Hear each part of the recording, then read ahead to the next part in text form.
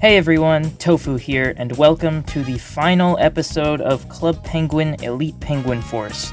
Last time, we finished up our last seasonal mission and took a look at some of the online features in the game, and today we're pretty much going to be talking about anything and everything else about this game that I haven't yet mentioned or shown. Let's start with actually getting Super Goose to 100% completion here, and in order to do that, we need to get the rest of the Minigame medals!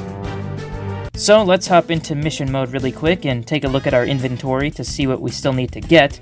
Looks like we have both of the medals for kart surfer and snowboarding, and one of the medals for ice fishing, so still quite a bit more to go. How about we start with that other ice fishing medal? Right off the bat, you can notice a few differences with the free play version of ice fishing compared to the one we played in Mission 10. First of all, there are actual fish instead of squid, and unlike the online version of ice fishing, there are 3 different kinds of fish: tiny fish, regular fish, and big fish. Tiny fish are worth 1 coin and can be used as bait to catch big fish, which are worth 6 coins. And regular fish are worth 2 coins, they can be caught on their own, and they cannot be used as bait for big fish. You may also notice some more obstacles here. In the mission version, we only dealt with sharks and crabs, but here we'll also deal with barrels and boots, which won't destroy your line, but will cause whatever you've caught to slip away. Then there's jellyfish, which will electrocute and destroy one of your lines. If you do lose a fishing line, you'll get an opportunity to replenish it by collecting a can of worms, which also didn't show up in the mission version of ice fishing. Additionally, a pink puffle will occasionally swim across the screen to warn you of enemies, as it did in the online version of the game. As you collect fish, eventually some squid will start to appear for you to catch as well. However, if you're going for the other gold medal like I am, do not catch any squid.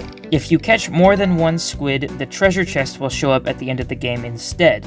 But if you only catch fish, something else will show up at the end of the game instead. From my experience, it seems you're allowed to catch just 1 squid and still get the other ending, though I would still suggest just avoiding them entirely if you can. If you do end up accidentally catching a squid, which is pretty likely because I find that they have a much more quote-unquote generous hitbox than the fish, try to run into a boot or something to get it off of your line.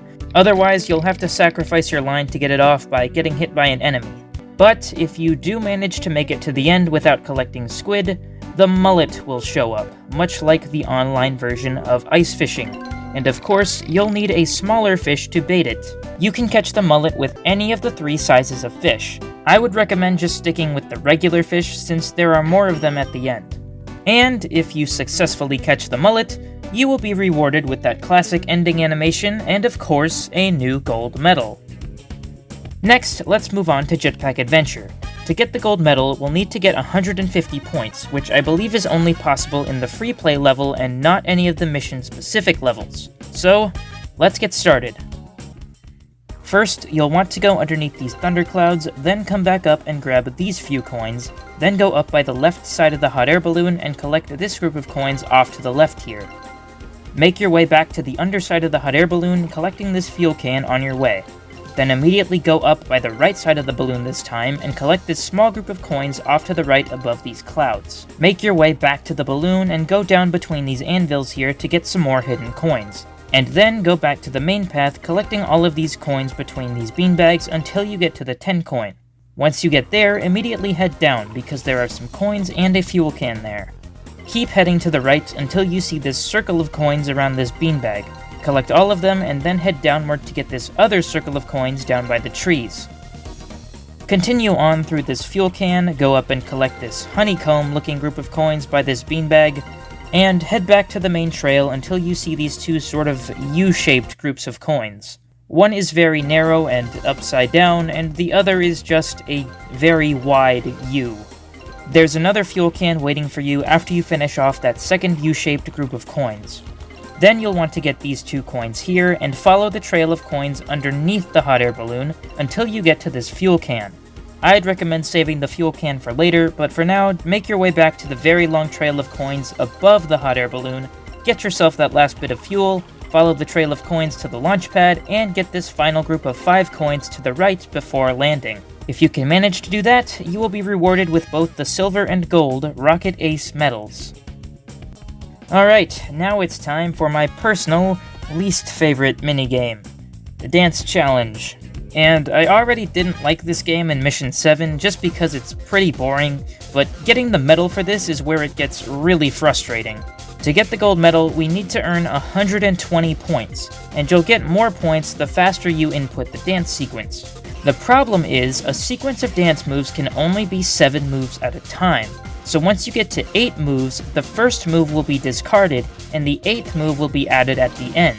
And you'll have to start with the second move of the dance despite the dancer penguin still doing the first move. And the game doesn't really explain this to you in words, so when I first played this game, I thought they just got rid of the first arrow to make room for the newer ones, while still keeping the entire dance routine.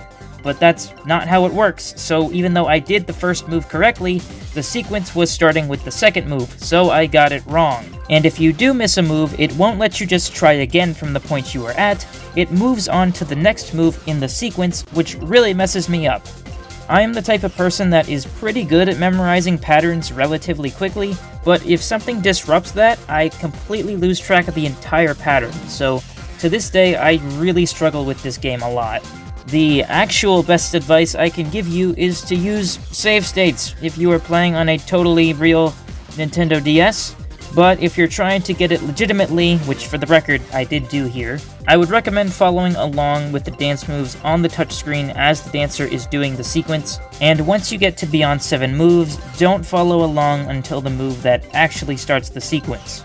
Once you complete a sequence of 10, but actually 7 dance moves, you'll win, and you should have gotten enough points to earn the gold and silver medals. Club Penguin Wiki states that you can earn up to 999 points in this game, but I don't think that's possible in single player. But I also suck at Dance Challenge, so feel free to correct me if you're better at this game than me, which you probably are. Let's just move on to the last minigame we need medals for, which is Snow Trekker. Not really my favorite minigame either, but certainly much better than Dance Challenge. We need a whopping 260 points to get this medal, and we haven't even gotten close to that with any of the levels in the missions. We actually could have gotten this medal in the side mission where we found the tour guide, since it uses the free play level layout, but I was more so just focused on the task at hand. Anyway, here's the best route I could come up with for getting all 260 coins within the time limit, and the time limit is pretty strict, so if you're getting this medal, I would recommend following along. So you want to start by not worrying about all of these coins at the start here, and instead just heading up to the far left of the map. Once you get to this tree, loop around it getting all the coins, and then make your way to the water. And watch out for that tree stump. Once you're in the water, follow the trail of coins at the bottom half of the lake until you get to this center island. Once you get there, turn back around and continue to the right until you reach the mainland. Don't go there yet though, and instead just loop around the rocks until you get back to that center island. Just make sure you don't hit any of the rocks because they will seriously drain your fuel gauge. Once you're at the island, grab all those 10 coins and head directly to the left, and follow the coins up to the far left of the map, and make sure to get those 2 coins that are stuck on the mainland. Quickly go back into the water and head to the right, and then go down to get these coins where you should reach that center island again. Turn around again and head up to the right, following the trail, and carefully pass by this rock to get the 10 coin, and head right back to land. If you've been following along exactly, you should have 110 coins at this point. This is a very wide open area with a lot of obstacles, but don't let it overwhelm you. Simply follow the trail of coins and don't even worry about getting out of boat mode. You'll pass by these 2 coins by the water that we left and then continue on downward. Once you get to the bottom of the map, head to the left and stay on the upper path until you get to this column of 3 tree stumps. Go into plow mode, but only worry about getting the tree stump on the very bottom. Pass through it, then head back up to the upper path. Keep heading to the left until you get back to the starting area. Loop back around and head to the right on the bottom path. Pass through the stump you plowed earlier and then get your plow back out to get through this pile of snow. Stay in plow mode as you collect these 10 coins because there's another pile of snow at the end. Unless you're low on time, you might as well just stay in plow mode here because not far to the right from here, there's another pile of snow to go through. Once you're through, you can just go back to the regular mode and follow the trail of coins upward until you reach the end. Just be careful of these trees here because sometimes your Snow Trekker just does not want to go through them. But if you make it to the end, you should have all 260 coins and you have earned the final medal. And if we go back out to the menu, we can see that after collecting all of the medals, Super Goose is indeed at 100% completion, and we have done everything in the game. Well, not quite. See, when I was a kid and I beat the main story of the game and I didn't have 100% yet, I thought what I had to do to get it was to buy all of the clothes in the catalog, and thankfully that is not at all one of the requirements for 100% completion. But at the beginning of this series, I did say that we would be going beyond 100% and doing absolutely everything, so I will be buying every single clothing item in the catalog. But that is going to take a lot of coins, so I'm just going to be playing some Card Surfer, and while I do that, why don't we go ahead and talk about a lot of other things about this game. Starting with unused content! Before we get to some of the unused assets within the game, I want to begin this segment by first letting you listen to 3 unused pieces of music. This music was uploaded to YouTube by the original composer of the game and also archived by the good folks at Club Penguin High Quality OST. Starting off, here's an unused song that would have been used in The Town.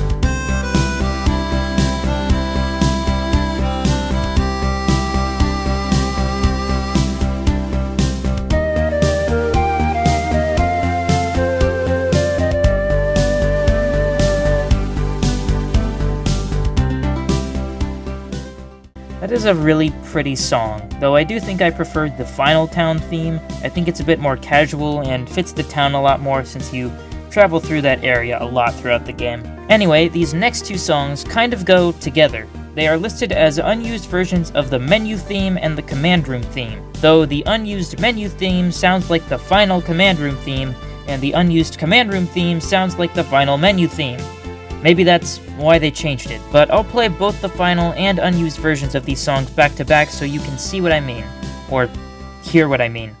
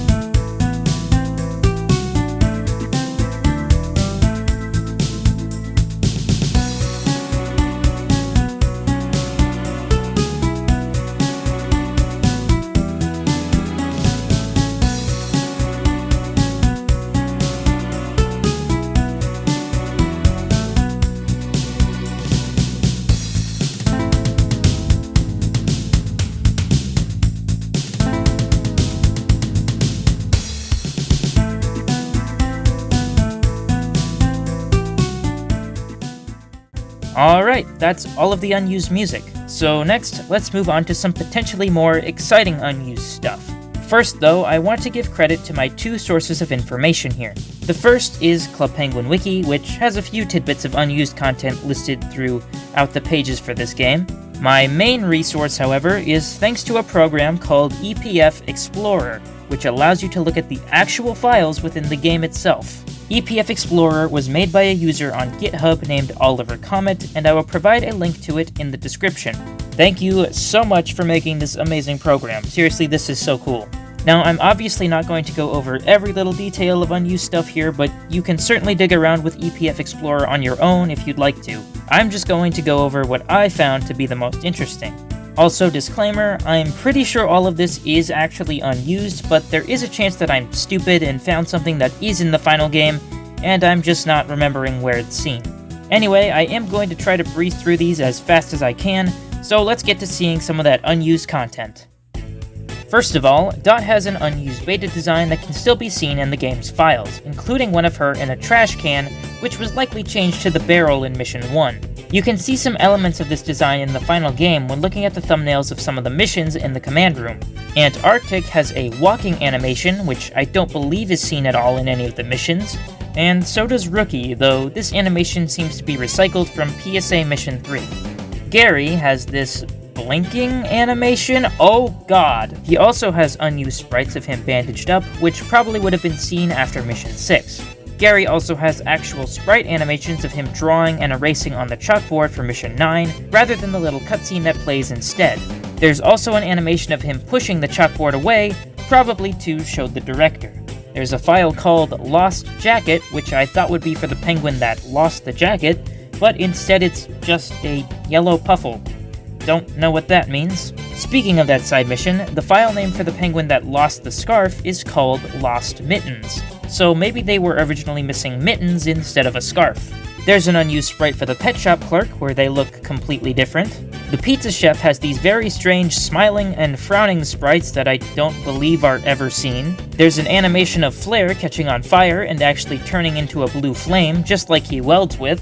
Bouncer has sprites with a helmet on rather than her knit hat, and several of the Puffles have these sad and angry sprites where their eyes are uncomfortably large. There's also this folder called Cinderella, and when you open it up, it's just a blue Puffle. Not sure what that's about. Wheelbot has an unused animation of it actually turning to break the gift shop door, rather than the final game where it just runs into it and disappears. There's also an animation of Wheelbot getting hit in the face with a pie, as well as an unused pie item, so you probably could have thrown the pie at Wheelbot instead of snowballs. There is an animation of Snowbot being bubbled when it's stuck in the snow, which is impossible to do in Mission 12, you only bubble it on the mountain, and Jetbot has this animation of it flying like at an angle, and I don't remember ever seeing that. Could be wrong though. Protobot's files are listed as Super Robot, and there are a lot of files in here. Some of them have actual unused sprites, but when I open up most of them, it just says Bob. And I have no clue what that means. Onto some minigames, Jetpack Adventure has some unused obstacles that were taken from the online version of the game, like these fans, windmills, and waterspouts from a whale. No actual whale, though. There's also this propeller hat carrying a water balloon? Interesting. In the files of Dance Challenge, there is an animation of a penguin doing the classic Club Penguin dance, which is even more of a reason to hate Dance Challenge because they cut this out of it. This dance is also in the NPC files, so maybe you would have encountered a penguin doing this dance in the overworld too. Remember how I pointed out that there was a weird blue puffle on the instructions for ice fishing? Well, there are a few sprites for it in the ice fishing folder. I guess it would have just watched you fish? Anyway, there's also assets for what appears to be a completely unused minigame. I mean, not completely unused, it's just a variant of snowboarding, but it's completely different. It seems to be in more of a pseudo 3D perspective rather than the final 2D one. It's reminiscent of the prototype sled minigame in PSA Mission 2. Not gonna lie, I think I would have preferred this over the final version of snowboarding that we got. There's even files of the clapping penguins from sled racing. Okay, there's still a lot of miscellaneous unused content to talk about, but I'd like to move on to the next segment as soon as possible, so lightning round, go! There's this placeholder image of a Roblox-looking face for a lot of files that only have names and nothing else. This looks like an early spy gadget design. This is simply titled Unknown Gadget. Yep, it sure is. There's also different colored puffle whistles for every elite puffle. This would have been cool. Here's an unused crowbar. There's this animation of the jester hat in the gift shop office, which you probably should have been able to click on. Here is a finished sprite of a literally unfinished snow trekker. Here's an old sprite of a puffle on the map. Upon further investigation, this isn't actually unused, but there is a sprite of the wheelbot on the map in Mission 11, and I never knew it was there. There's also this sprite in the map icon folder that's just called Suspect. And there is a map icon for the Cove, which means we really should have been able to go there. There's this file, which is just called ph_mission top, and I have no idea what that means. There are unused files for a secret hidden catalog in the speakers of the gift shop. And there is a sprite animation of that strange, suspicious penguin silhouette that literally dabs! Phew. Okay. I think that's everything. Actually, there's one more thing. Apparently, there is unused text for a book in the game that would have given a brief synopsis of Club Penguin, likely for any player that picked up the game and didn't actually know what Club Penguin was. Here is what it says. Club Penguin Island is a snow-covered wonderland located at the bottom of the world. It is here that many penguins live, play games, and have amazing adventures. Nobody knows exactly when penguin settlers began to arrive or where they came from. It is widely believed that prehistoric snails inhabited the island many, many years before. One thing is for sure. In the years since their arrival, the penguins have worked hard to make the island into a happy and welcoming home. Today, the island boasts many interesting sights, like the town, the plaza, or the ice rink. It is also the home of a variety of wildlife, including crabs, fish, and the very unique puffles, which some penguins adopt as pets. Working together, the penguins accomplish challenging tasks that range from organizing seasonal events to investigating mysteries. And so, the penguins of this Antarctic oasis will continue to waddle on, with lots of interesting things to do and to discover. So that's really cute. Anyway, I don't exactly have enough coins to buy all the clothes yet, so I need something else to talk about. Let's move on to the next segment, which I call Real Life EPF Stuff. I want to talk about some real-life Elite Penguin Force products, and not just the game itself. So, the first of those things I want to talk about is, the game itself. The Collector's Edition of Elite Penguin Force was first released on September 22nd, 2009, 10 months after the game had been out. So, what made this version so special? Well, not much, honestly. The game itself was completely identical to the original release, only now it featured the microphone menu from the European version. But it was also packaged in a bigger, shiny box which had a few accessories inside. Custom EPF-themed decals for your DS, and a stylus with the EPF emblem at the top. It also came with a code that you could enter to your online Club Penguin account, and it would give you a free 2,500 coins. Yay. The Collector's Edition wasn't the only way to get Club Penguin accessories for your DS, though. There was a surprising amount of decals, cases, styluses, and more that were released. There's not really an archived list of all the official Club Penguin DS accessories that were produced, and when you look up DS decals and stuff, most of them just look unofficial. So here's some stuff I could find that actually has some packaging to it.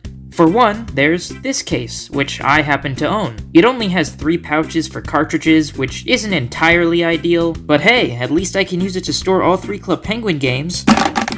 It looks like this case was also part of a bundle called the Elite Force Pack.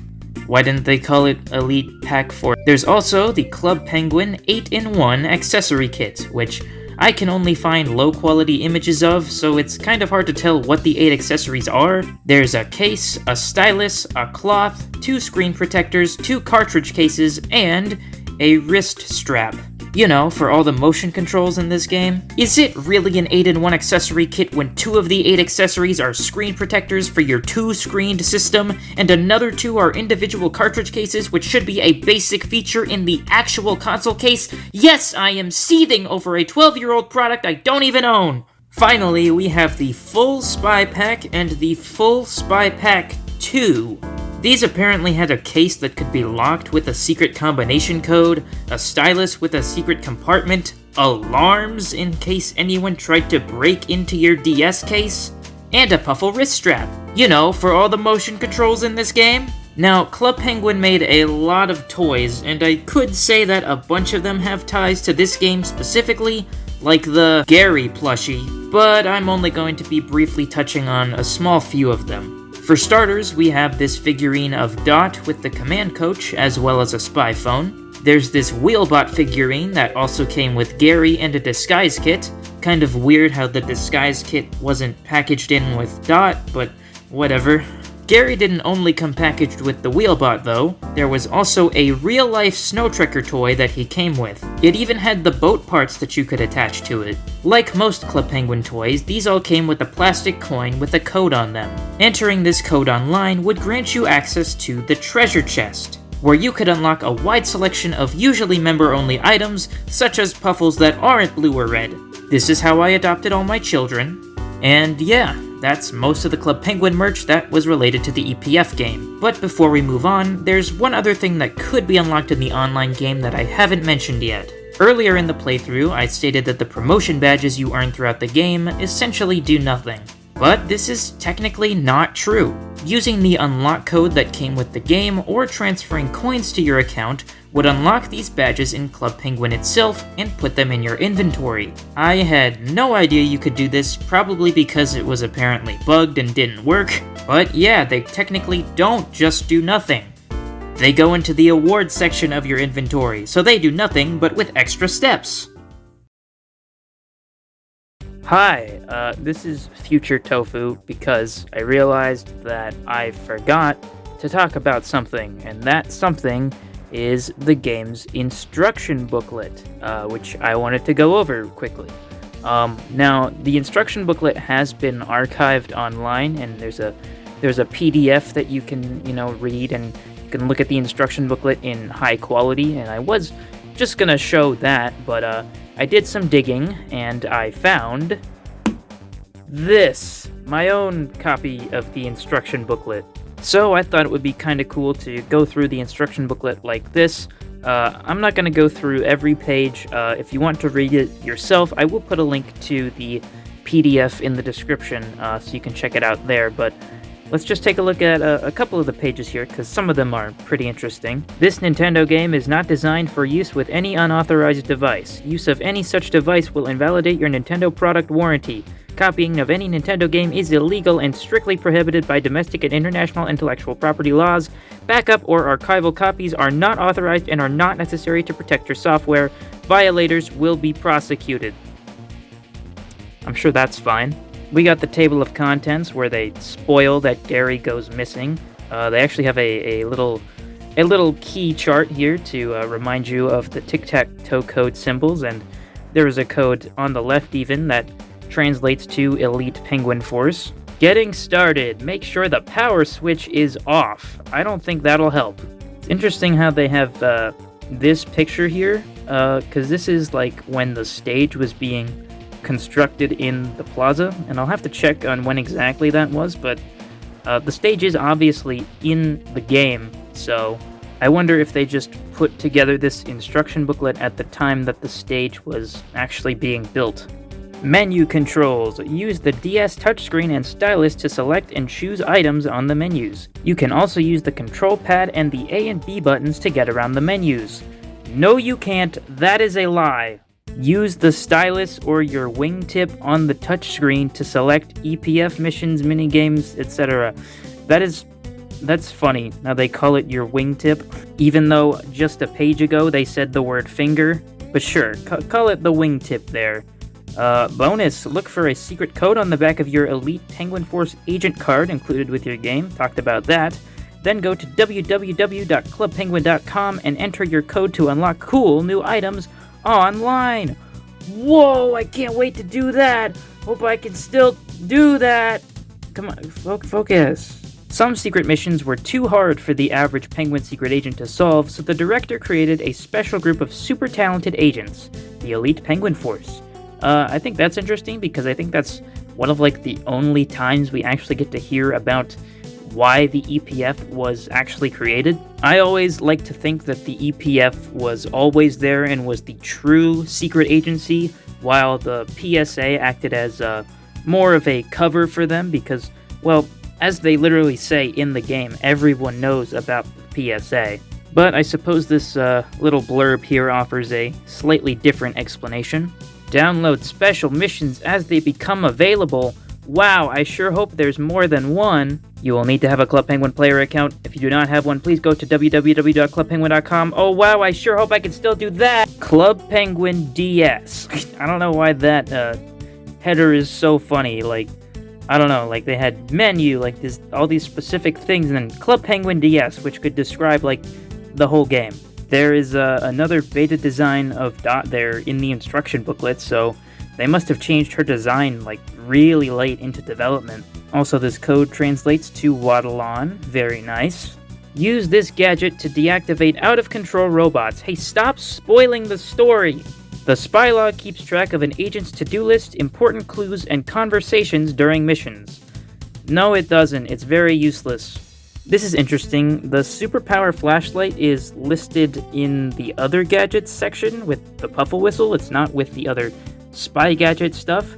Even though the icon is there for the custom gadget, for some of your missions, G will provide you with custom gadgetry. Here's where you will find them on the spy gadget. That's not a thing that ever happened. That was always just the flashlight. You know, the flashlight rarely ever got used, so I don't know, maybe they had other plans. This whistle summons spy puffles in up to 7 ultrasonic color frequencies from anywhere in Club Penguin. I guess that is the explanation of how the puffle whistle works. It emits ultrasonic color frequencies, and it is not obstructed by walls or weather, because, you know, that was a gameplay mechanic that was talked about. This guy is wearing goggles that are not obtainable in the game. Your neighbors have a lot of information. Talk to them to find out what they know. That's, okay, interesting to call them neighbors. Also, it looks like the font is different there rather than the one that is seen in the final game. I guess the official name for side missions is Minor Mysteries. There's also this completely unrelated picture of a tour guide with a tie reading a newspaper, and they've got a great face. This looks so wrong. Like, I've seen this penguin my whole life, because they're, like, the box art penguin. But, like, this one's just flipped and recolored. It just looks wrong. It looks like they have a page in here for you to write EPF agent notes, which I guess I never used, probably because they have a way to write notes in the game itself. Bolt on DS and Wii, coming out fall 2008? Let's go! I think I have all these books. They're like packed in a box somewhere, but I think I have all of them. So yeah, that's the instruction booklet. There are a couple other pages in there that I didn't go over, mainly just because I'm going to be going over them pretty soon anyway, so might as well just save it for then. And like I said, if you want to check out this instruction booklet yourself, I will put a link in the description to a PDF of it. But yeah, that was really fun to go through. I have a very strong nostalgia for just instruction booklets in general, probably because, well, back in my day, video game instruction booklets used to be really detailed, and they were made with so much love and care and told you so much about the game. And nowadays, I don't even think instruction booklets even exist anymore. Okay, that's all I had to say about this. I'm just gonna throw it back to Past Tofu and continue on with the video, I guess. Well, we sure talked about a lot of stuff, and it looks like now I have just enough coins to buy absolutely everything in the catalog. Time is money, I guess. Speaking of, let's just speed this part up. Alright, there we go. I now have every piece of clothing item in the game. Or do I? There actually are more clothing items that are legitimately obtainable on a real DS. But I'm playing on a totally real Nintendo DS, so I cannot get them. But I can tell you about them. Let's finally talk about multiplayer. Yep, this game has local multiplayer with up to 4 players. If we go to the multiplayer menu, play minigames, command coach, and share downloaded content.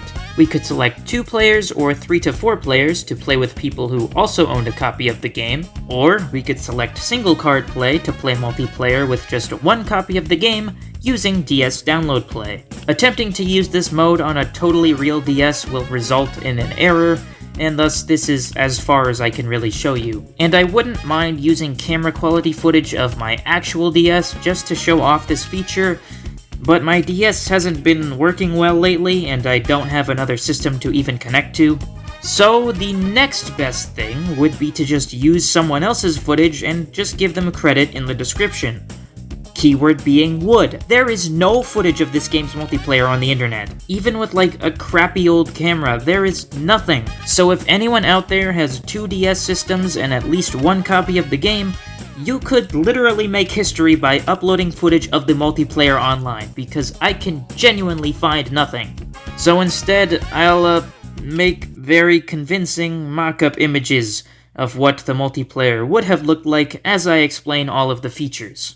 And again, disclaimer here, this information is based on my own memory of playing the multiplayer when I was a literal child, and also the small amount of information that is online. I do not have any way to access the multiplayer mode myself, so it's entirely possible that some of this information is wrong.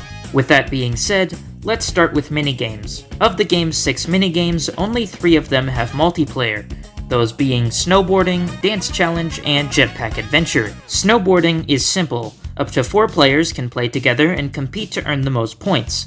I don't remember if everyone went at the same time or took turns, but if everyone took turns, that would take a really long time and would make snowboarding even more snow-boring. Right, I'll shut up. Apparently though, there are no lives in this version of snowboarding, and instead the game just ends after 15 jumps. So if you crash, you just don't get points. The player with the highest score wins, and that's about it. Next, we have Dance Challenge. My favorite.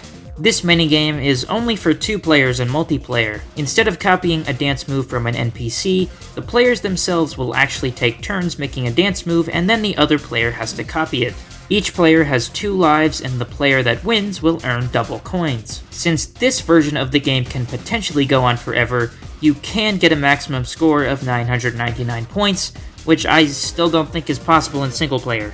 And thankfully, that is the last time I have to talk about Dance Challenge. Finally, we have Jetpack Adventure, which is apparently much more interesting than I remember it being. I remember it being essentially the same as the original game, and you would just race the other player to the finish, or try to collect more coins than them, or something like that. But it seems to be a bit more complex than that. Apparently, there is an entirely new map specific to this mode, where 2 to 4 players start in the center and fly around collecting as many coins as they can, rather than specifically making it to a launch pad. Furthermore, you can pop anvil balloons to actually try to hit and sabotage other players. Apparently those propeller water balloon things that I thought were unused earlier were actually in this game mode too, so I wonder if any of those other unused obstacles I mentioned earlier are actually exclusive to multiplayer as well. Anyway, once all of the coins in the level have been collected, whoever got the most of them is declared the winner. And that's it for the minigames, but there is of course more multiplayer to go over. There is the ability to share downloaded content, as I briefly mentioned in the last episode but didn't really talk about, so I guess just know that if you had a mission or a newsletter downloaded, you could share it to your friend's cartridge so they could have it too. But that's really all there is to that, so let's talk about the other big multiplayer mode. The device that's been teasing us throughout the entire game, just sitting in the command room. The Command Coach. If you remember, when we clicked on the Command Coach in mission mode, it said that that was a machine that allows 2 agents to work together, which is essentially what it is. The Command Coach is a co-op mode where 2 players can go through all of the single-player missions together. One player will be the one actually doing the mission, while the other player will follow their movements but be able to see hidden items and clues and can draw on the touchscreen to point the main player in the right direction. In other words, it's little sibling mode.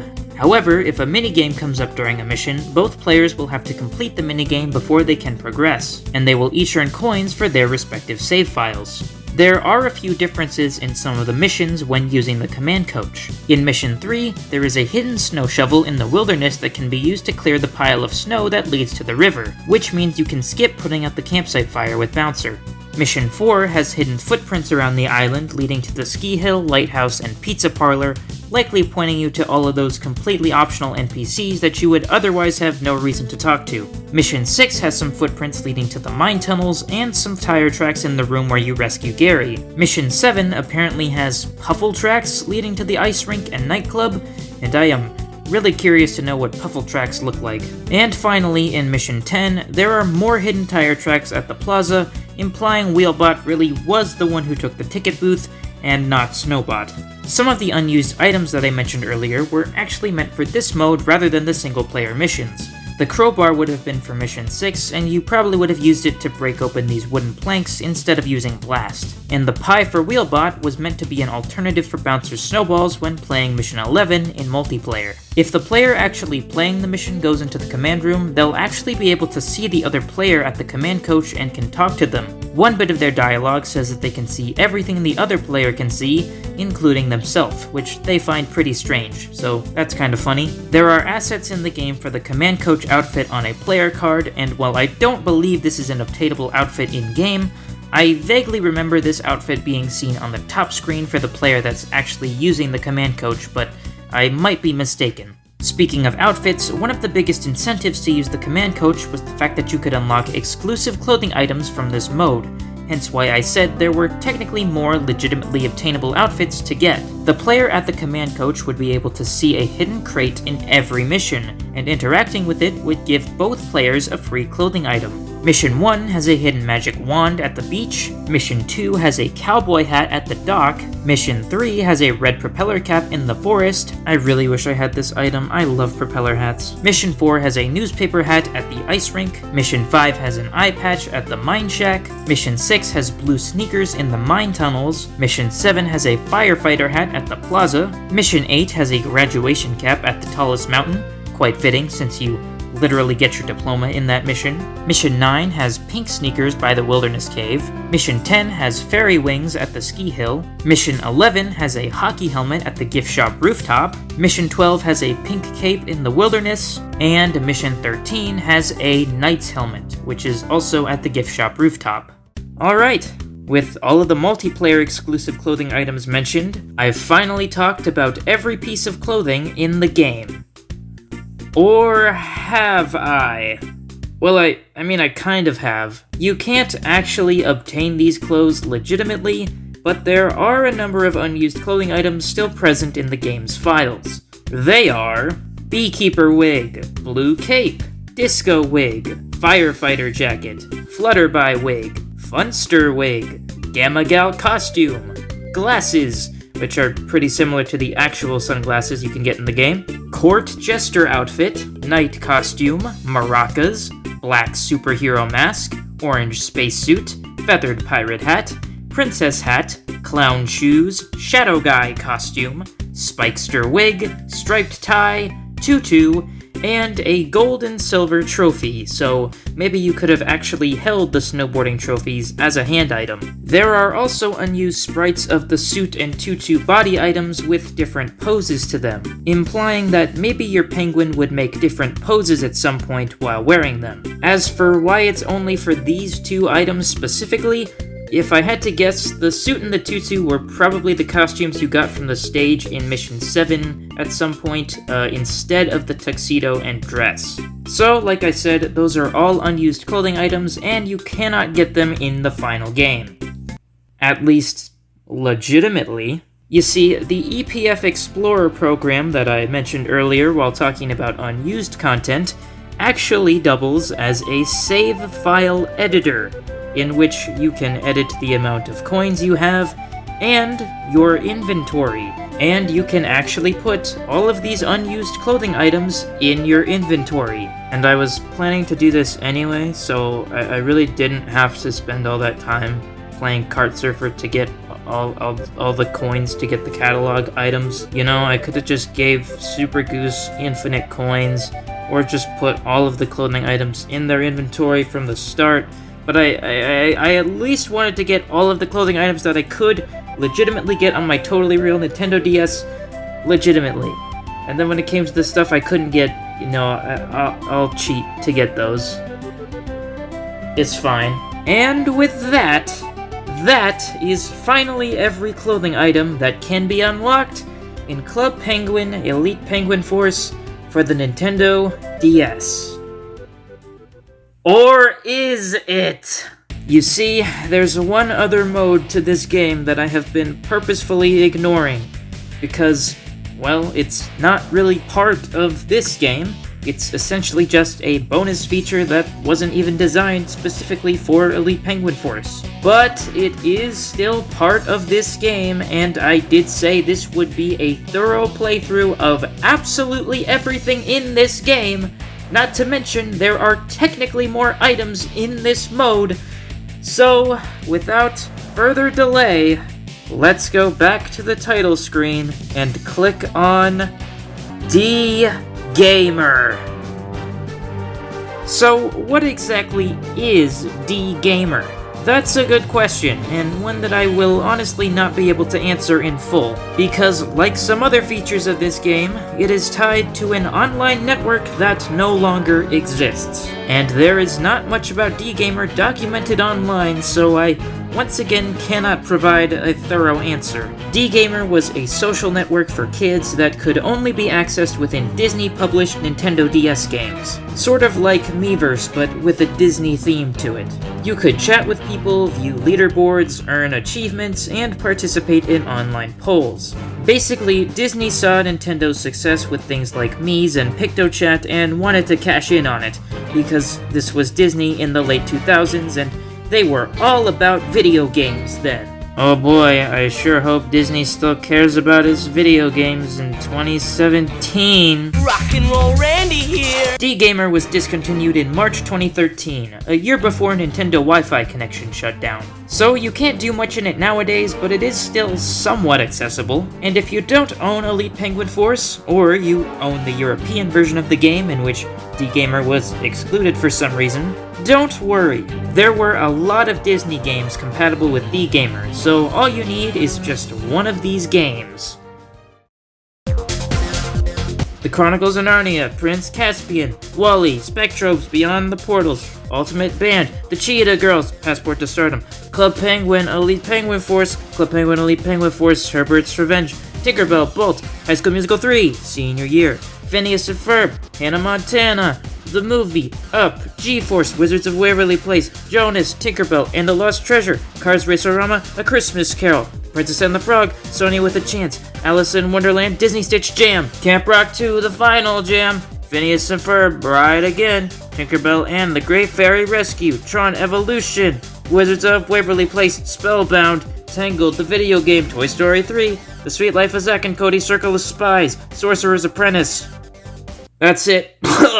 Just cut to the gameplay. Just cut to the gameplay. Alright, here we are in DGamer.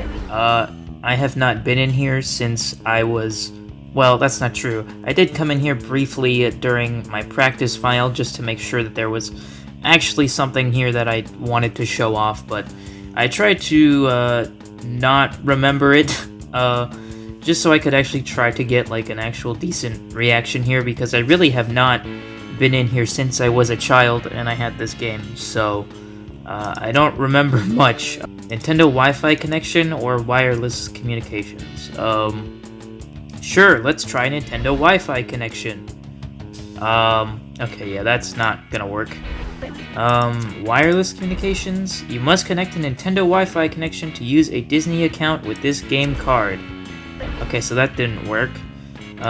Guest login might be the one that actually lets us go in here. We obviously cannot connect to the network, but we can at least access, our profile. Set up Wi-Fi, what's this do? That does not even look like setting up Wi-Fi, this just takes you to the profile. Okay, so that's the one we want, but this actually just resets the game. Okay, give me a second. Okay, so what does guest login do? Oh, okay, this just brings us to the same thing, so... Oh, now it's actually trying to connect. Okay, let's cancel, okay, there it actually goes. Okay, so let's set up Wi-Fi, I guess, and that will just bring us to our settings, and I guess this is me. That's just like, I guess it's the default option here. So we can set up our avatar, go to My Stuff, and reset. Okay. Well, there's actually something here that I wanted to click on first, I think. Now it's not there. Okay, there we go. Now that little exclamation point thing is back. So let's click on that. And congratulations, you have earned the honor of EPF trainee pin. You have earned the honor of EPF rank 1, rank 2, rank 3, rank 4, rank 5. You have unlocked Spy Costume, I Heart My Puffle Tea, Sunglasses, Blue Puffle Tea, EPF Hat, Red Puffle Tea, Yellow Puffle Tea, EPF Tea, I never know how to say that word. Black Puffle Tea, Purple Puffle Tea, Astro Blaster Tea, Astro Blaster, Spy Gadget, and I guess that's it. So yeah, that's why it was important to me that I went into this mode, because technically there are Club Penguin clothing items that you can unlock in DGamer. I do not know like the criteria to unlock them. It's not like, you know, you don't get an achievement in the game whenever you do whatever you need to do to unlock them. But I don't really want to like test like which mission unlocks which item. That sounds really tedious, and frankly, I don't care that much about DGamer to actually find that out. I also don't even know, to be honest, if that is all of the items you can get from this game. But I mean, yeah, I mean, I don't remember other Disney games that well, but I assume that pretty much any other Disney game you had would have achievements like this as well, and you know, clothing items for your Disney avatar. It's wonderful, isn't it? Yo, this music's actually pretty good. So those are our honors, which I guess are the achievements. Let's look at collections here. I guess these are the clothing items that we've unlocked. Anyways, what does stats do? Let's see. Club Penguin 100% complete. It's actually kind of cool. You can track that stuff in here.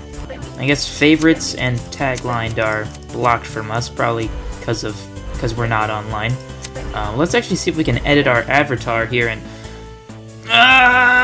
The struggle. Alright, let's just go with girl. Oh my god. That hair is huge. Okay, well obviously we should put on one of our Club Penguin shirts. Yeah, let's go with this shirt. I like that one. Did we get any EPF pants? I don't think so. I don't think we have any elite pants force. Oh, these are like full body costumes. If you select this costume, you will lose all gear and you currently have, and you will not be able to add any more. Okay, well I guess I won't do that. But they got a Buzz Lightyear costume. What else? Tinkerbell. Oh, and that's the suit that we got. I think that's the suit that we unlocked, but I kind of want to wear the Puffle shirt. It's like Phineas's shirt. Hair. Oh goodness. What is all this hair option? This is so stupid. It could be Miku. Wait, where's... Is that like the closest we can get? Wow, it's Miku. Oh wait, we can move the thing. That's fine. I don't need to do that. Just get me out of here, please. Gear. What is gear? I wonder. Oh, hats. You get a Mickey. Oh, that gets rid of the Miku hair, though. It puts it down. Do all the hats do that? It looks like it. That's sad. We got a couple hats, though, right? We got this EPF hat, which is very pixely, and this Club Penguin, that actually goes pretty hard. Accessories. Okay, so I guess this is like stuff we can hold. Did we unlock anything? Oh, we unlocked a spy gadget! Yeah, look at that. Miku is now an EPF agent. Yo, Miku. Oh god, we can randomize it. Warning all... Okay, no, I don't want to do that. I don't want to lose Miku just yet. Maybe I'll do that once I'm done here. which I might actually be. I'm not quite sure what else there is to do in DGamer, because obviously we can't do any chats and we can't do any online fun. Let's look at friends. DGamer friends. Gifting and true friend maker. I don't remember what these were. I did not really mess with DGamer that much, to be honest. It was just kind of like something I did when I was bored. I think I set up an account once and then I never used it. So honestly, I don't have much information to show about DGamer. Yeah, we just have an empty friends list. That's sad. What else can we do? I think there was one more thing. I guess settings. What can we do here? Connection. Oh, that's just the same thing there. Yeah, we're not gonna be able to do much with that. Ooh, what skins? To unlock. Oh no, it just changes the background color. Kind of like this one, to be honest. I wish we got like a Club Penguin skin from playing the game. That would have been nice. Audio, I assume this is... Oh, it just turns it on and off. It's not even like a slider. That's, wait. Why is there two options for connection? That's a bit... I don't understand that. Oh, the DGamer credits! What do we got? Version 1.26? Fall Line Studio. Mark MacArthur. But yeah, I think that's pretty much all we can really do with DGamer. There's not much else to really do, so I guess, can we get like a full body shot of Miku here? Yeah, there we go. One last shot of obviously Hatsune Miku, the biggest Club Penguin fan of all time. And I guess let's just oh, it just did it. I thought it was gonna ask me, but no. We can get a lot of really interesting characters here. Look at all them. I love DGamer. Oh, Miku's back. Okay, cool. Didn't save. So, to leave DGamer and go back to Elite Penguin Force, we just gotta click on this little door here, and then the game will reset. And actually, I don't think I've ever shown this intro before the title screen, so I guess you can see it now. And here we are back on the title screen. And the intro will play, and let's go back into Super Goose's save file here. Actually, you know what? There's one more thing I guess I could do. We could go to a guest file, because I haven't really done that. I did talk about it briefly in the first episode, but I didn't do it because, well, kind of would have done the same thing as starting a new file, except we cannot access multiplayer. I guess we can still do upload and download, but if we go into mission mode, well, it will kind of reset and just put us back at the beginning of the game, and we will just be an unnamed penguin instead. And yeah, you can't save your progress, so when you reload the game, you'll just have your normal save file. But let's go actually into Super Goose's save file here, because, well, DGamer was pretty much the last thing I wanted to talk about this game. That is pretty much everything and beyond in Club Penguin Elite Penguin Force. Oh, and one other thing I guess I should mention, because it's something that I learned while editing this video, and that is that EPFExplorer, the program that let me look into the game's files, also lets you alter your save file.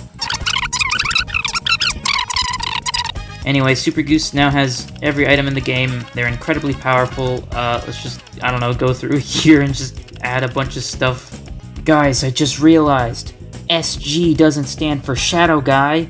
It stands for Super Goose.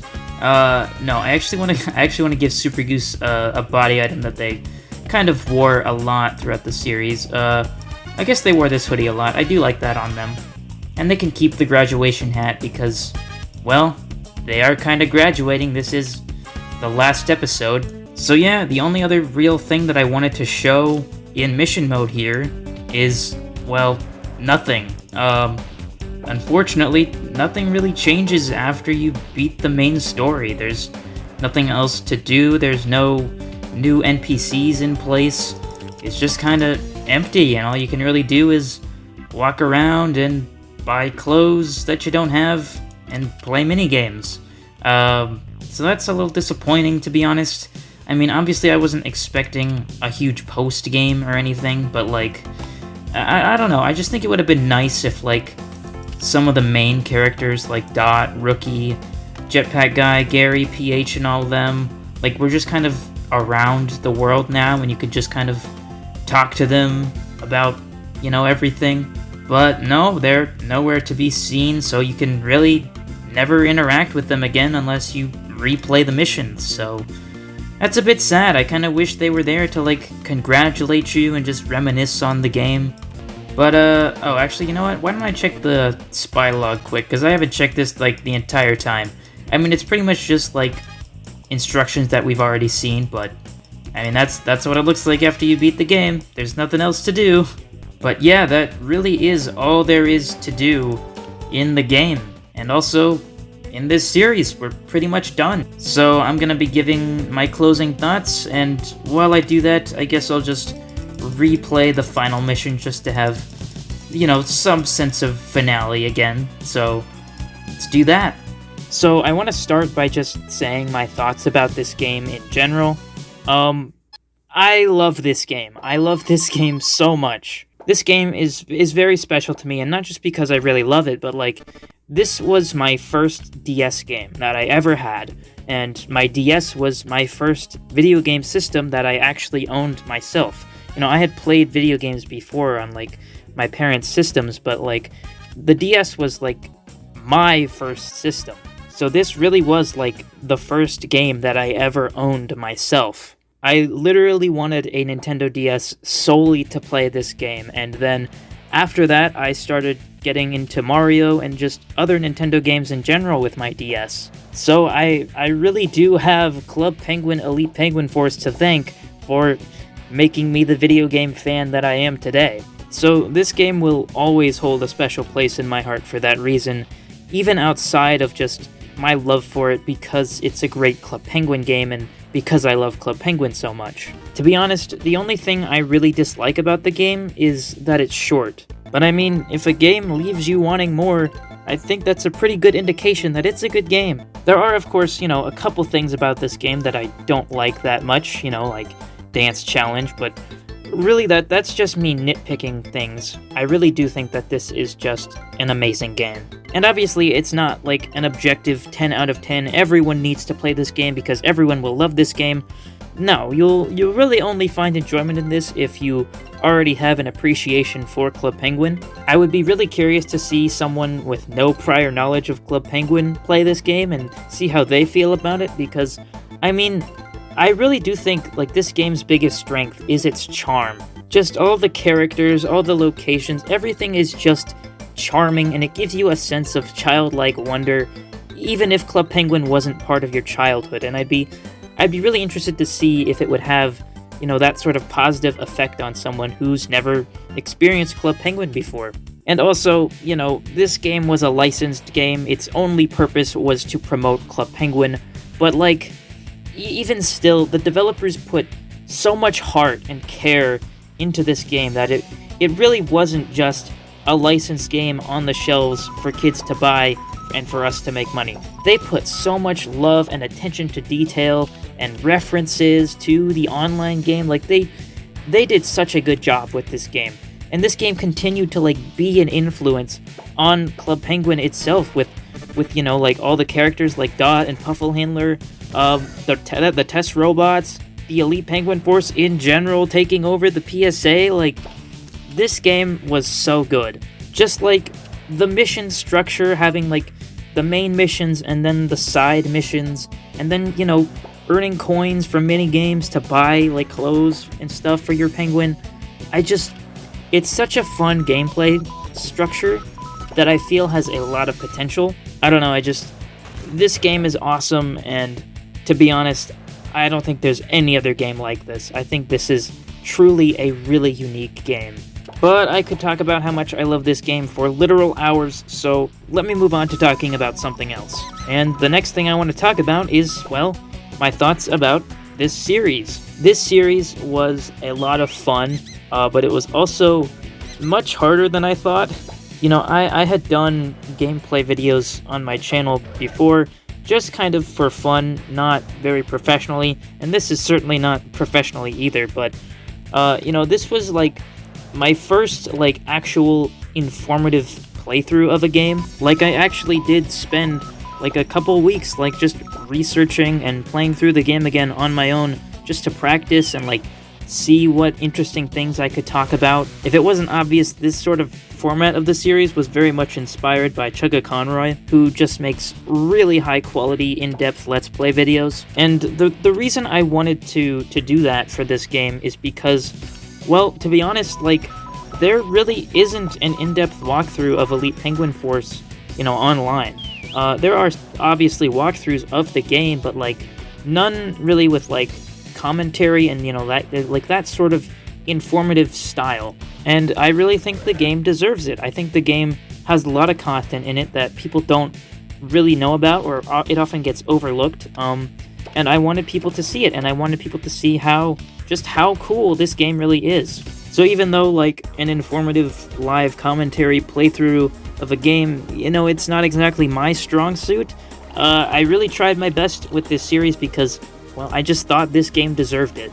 But yeah, it was a lot of fun, and I really love how attached people have gotten to Super Goose. I really wasn't expecting that. I just wanted a dumb name, so I just kind of asked people for dumb names, and that's the dumb name I picked. And I didn't expect people to, like, care about the avatar so much, just because it was kind of just there to be there, but, like, people love Super Goose, and I love Super Goose too. And Super Goose loves you too. Anyway, now I'm gonna go ahead and answer a question that you may or may not have been wondering. I think only, like, 2 people asked me this, but I'll go ahead and answer it anyway. And that is, will I be playing the sequel of this game, Club Penguin Elite Penguin Force, Herbert's Revenge? And the answer is yes, but not yet, and not for a while, actually. Something I feel like I should clarify about Herbert's Revenge before I say anything else is that game has a significant lack of content compared to this game. So an in-depth playthrough of Herbert's Revenge would be much, much less interesting than this playthrough was, because there is simply just not nearly as much to say about it. Don't get me wrong, I still love Herbert's Revenge, and I still will play it, but I have many more complaints about that game than I do with this game, so I'll probably be voicing those a lot during that playthrough. So I just wanted to let you know about that, because I feel like that playthrough, with the lack of content and stuff, it will probably give that series a bit of a different vibe than this one, because, well, I mean, to be honest, Herbert's Revenge kind of has a different vibe than this game. They are much more different than you might think. As for when that Herbert's Revenge playthrough will happen, I don't know, because, well, I kind of need to talk about something else to answer that. And it's kind of something that I've been avoiding mentioning in this series, just, outside of small references, and that something is Penguin Rampa. I really wanted this series to be kind of its own separate thing, and not just making a bunch of Penguin Rampa references the whole time. One, because, I think the game genuinely deserves it, and I wanted to give it a proper, in-depth, informative playthrough, and also just because, on the off chance that someone who is not familiar with my other content stumbles across this video or series and, watches the whole playthrough, they won't know what I'm talking about. So, I guess if that applies to you and you have no idea what this Penguin Roomba thing that I'm talking about is, hi, that's my main thing that I do. It's a Club Penguin fanfiction presented in video form, and it's got murder in it. You can see the playlist for it, with the end card at the end of every video in this series, and if you liked this game, you'll probably like that too, because this game was probably the biggest inspiration out of everything in Club Penguin for that series. There are a lot of references to this game in that series. So go check it out if you liked it. I'd appreciate it. Anyway, I promise I'm not just plugging, I'm mentioning this for a reason. At the time that I am recording this, I am currently in the middle of a hiatus for Penguin Rampa between Chapter 5 and 6, which is the final chapter of the series. This series was kind of a break from Penguin Rampa because I like having things to do, I like making content, but I was very burnt out on Penguin Rampa, and I didn't want to work on it for a while. Now that this playthrough is over, though, I'm kind of itching to get back into working on it, to be honest. So, basically, the plan is, I guess this is sort of a channel update, that's just slapped in the end of this playthrough, it's fine. Anyways, the plan is to just finish Penguin Rampa, which will take several months, and then after that, whenever that happens, I'll start a Herbert's Revenge playthrough. Not right after, but like a few weeks after, probably. Just because, you know, as I said, Herbert's Revenge has less content, which will probably make it a much easier series to do than this one was. And after I finish Penguin Rampa, I will probably, like, you know, want to take a break from working on, like, anything, but I'll also still probably get an itch to do something, so I feel like Herbert's Revenge would be a good thing for me to do after that ends, whenever that may be. Could be, like, a year from now, or a year and a half. I don't know. But it will happen eventually. I will do Herbert's Revenge, because I do love that game. I have a lot to say about that game, and not all of it is positive, but, you know, deep down, I really do love that game a lot, too. So, yeah, that's actually it. That's really all I had to say. So I think it's time to actually go ahead and end this series. There are a lot of people that I want to thank for this series, because it just would not have been possible without them. But I'm kind of bad at expressing my gratitude, and also one of my nitpicks for this game was that I thought the credit sequence was a bit underwhelming. You know, it was just a static shot of the island, and it didn't even have new original credits music, it was just the main theme recycled.